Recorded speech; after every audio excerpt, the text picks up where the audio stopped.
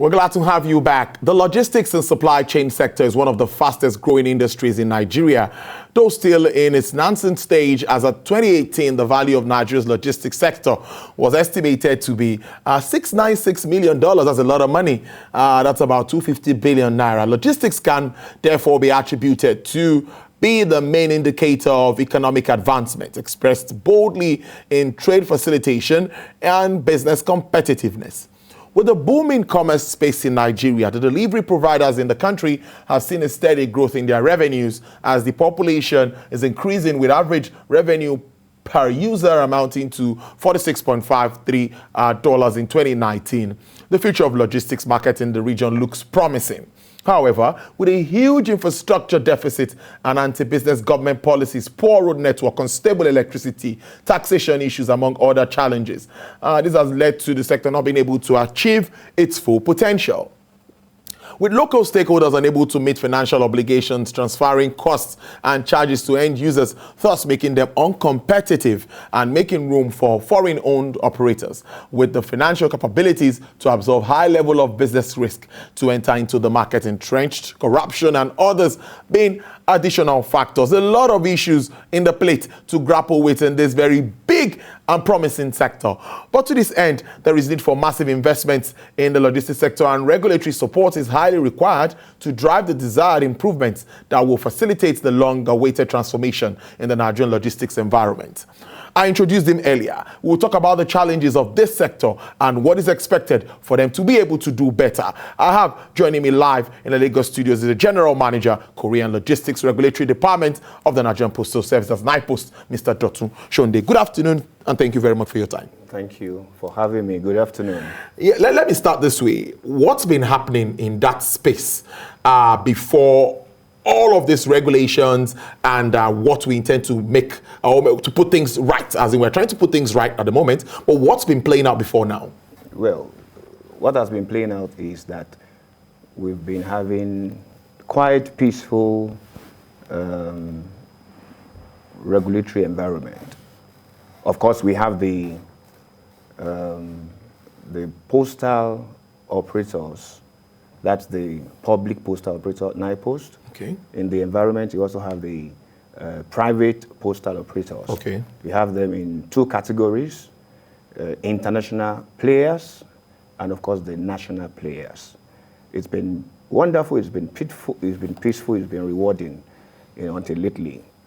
That I must say. We have the regulation too in place, intact. It's been on since 2001. And of course, you agree with me that it's long overdue for review, which took place last year.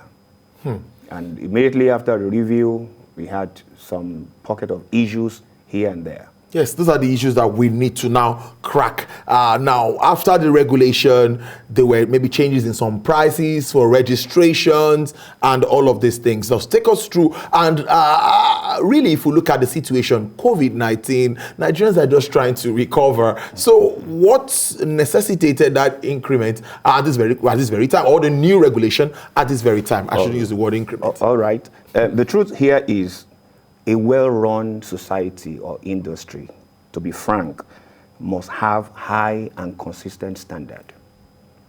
That's the truth. Because barbarism in itself is the absence of standards. Of course, that gives room for appeal. If you want to run a prosperous environment, regulation must be in place. And any regulation that has outlived its use ought to be reviewed. There are key indicators to why review has to be made. Part of it is the market dictates, the realities on the ground. These are facts of the case. So the regulation since 2001, that's about 19 years. Lots of things have evolved in the market. You have new players with new attitude. We have new approach to doing things. Don't forget, we are in digital age. So ways of doing business in the last 19 years has changed. So the regulation needs to also change. And that's exactly what happened.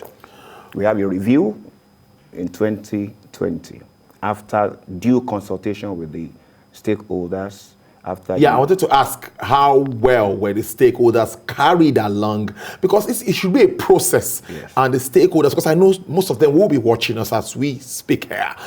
I guess they should be carried along before decisions are made. So how well were they carried along? Well, to the best of my knowledge, they are well carried along. We had 3 stakeholders forum.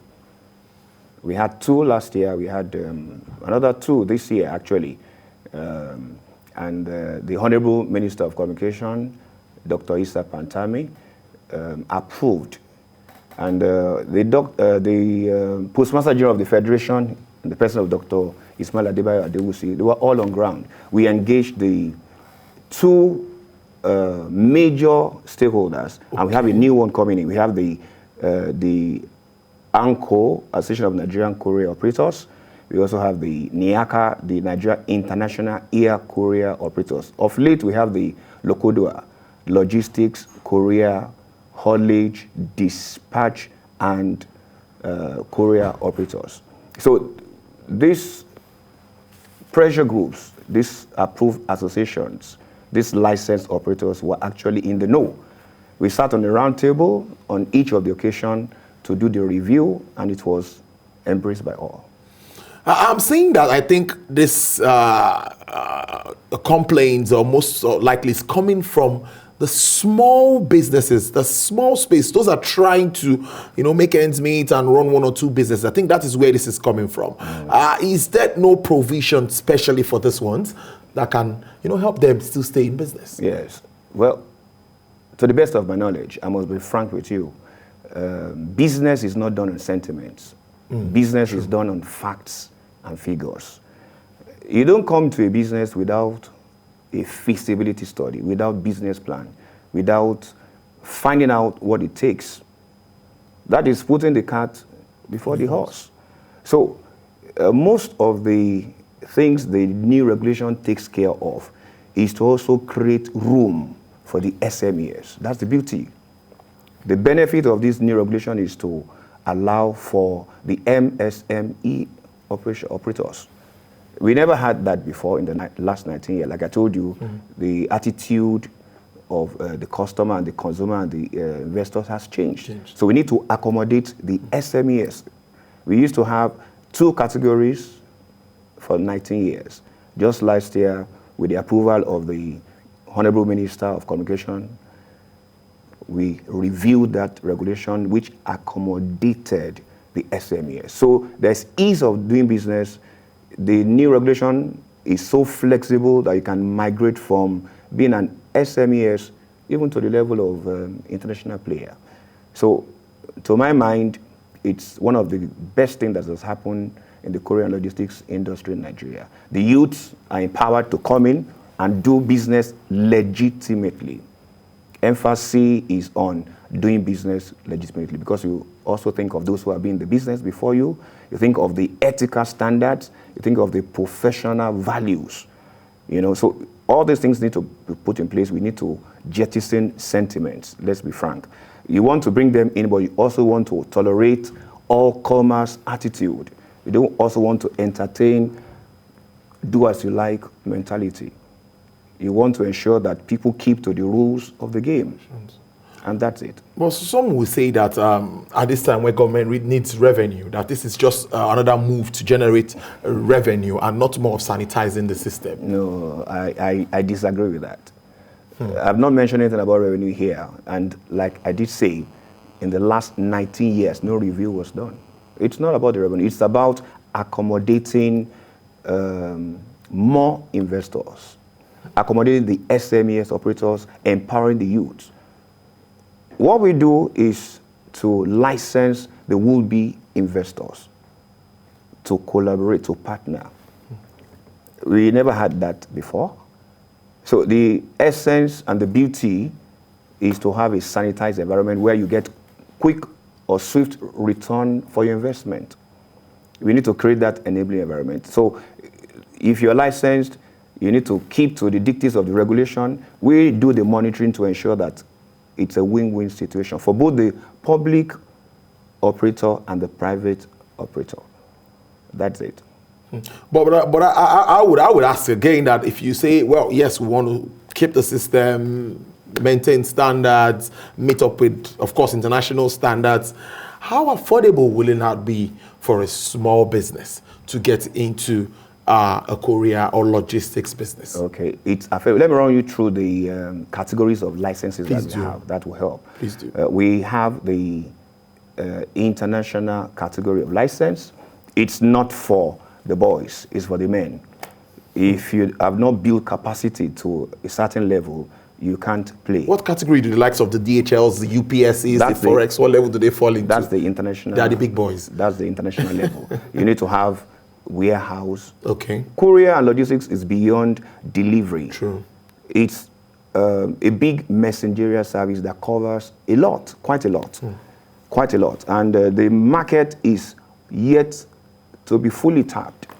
So we just have pockets of people trying to scratch it. That's what we have. So the big players, you build capacity to have, some even have their own plane, warehousing and what have you, trailers and yes, what so have you. that during COVID and where they were trying to move. Exactly. That's Now, true. where the SME came up was because of the opening that the social distancing gave. This gave rise to door-to-door delivery, what we call dedicated delivery. I mean, nobody wants to come out, but people want to place order on the phone, on the tab, in the convenience of their room. Somebody outside there that is trusted, somebody outside there that's going to be paid for that messengerial service, is going to drop it at your doorstep. So it's a huge risk. And we have to be sure that this person conforms with certain standards. You don't say because it's SMEs, no ethical values. I've seen people on the road without plate number on their vehicles, carrying passengers with the delivery box. That's unprofessional. You don't say because you want to accommodate the all-commerce affairs or anything goes. You find people with heaps of packs at the back on top of the delivery box. That's unprofessional. That's a standard. So ours is to guarantee that the investors have quick return on their investment. The environment is enabled for all levels of player, whether international player, national player, regional player, state player, or SMEs as we have.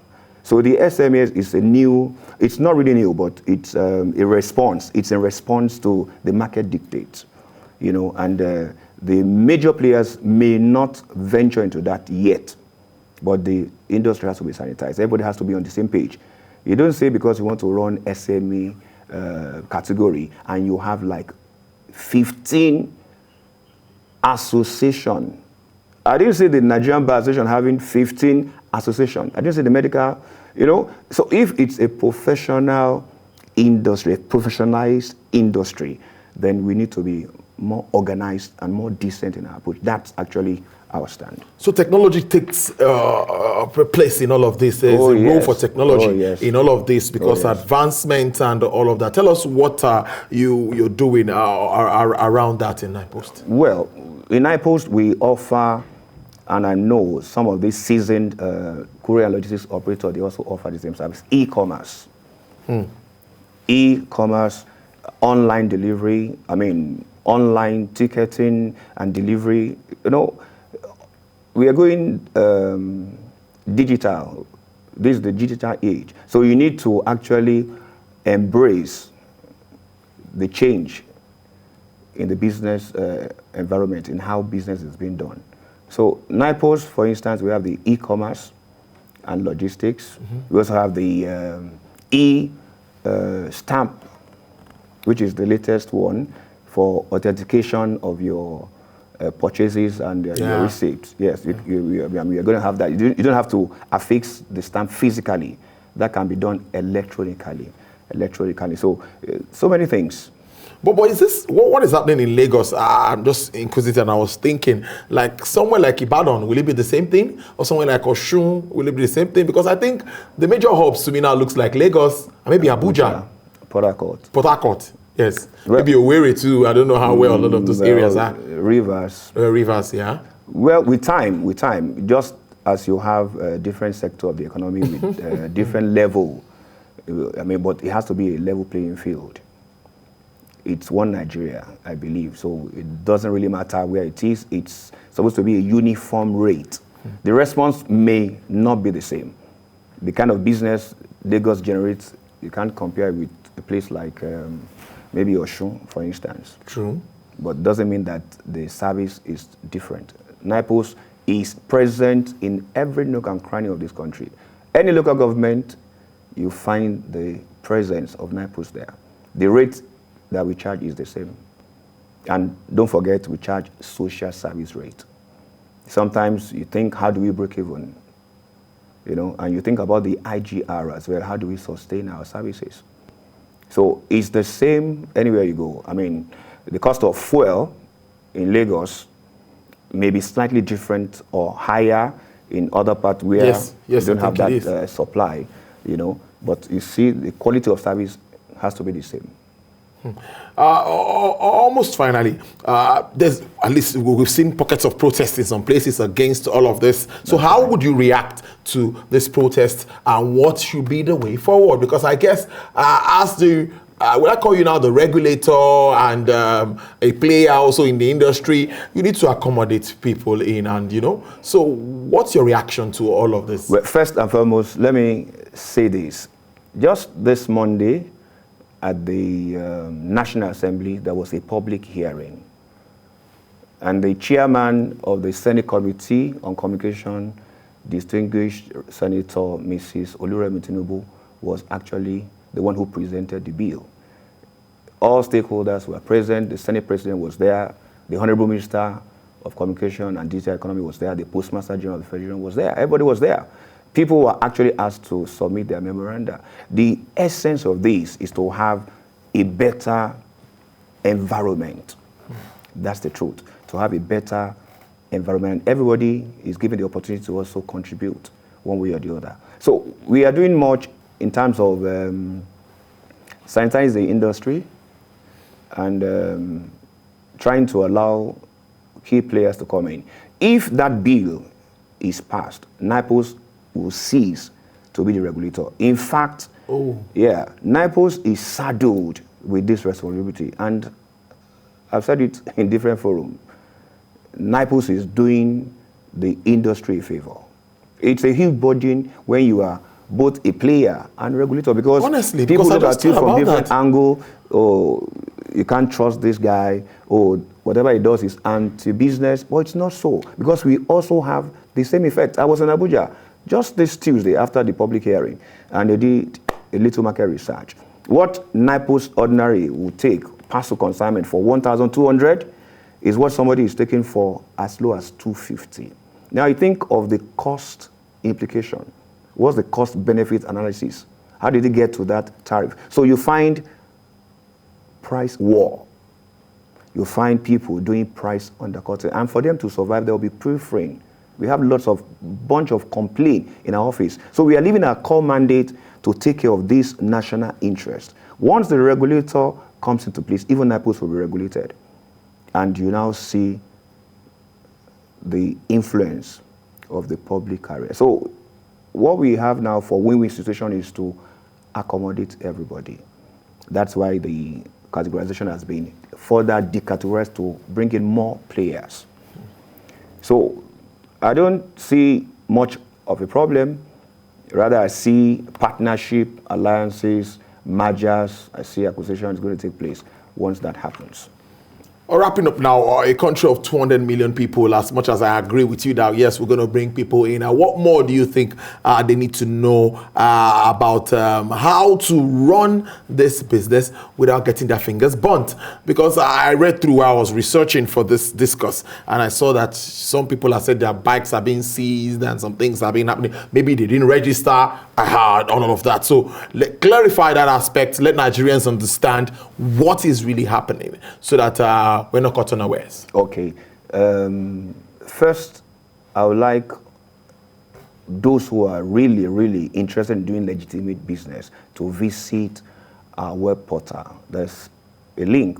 You get all the requirements, all the procedure, all the categories.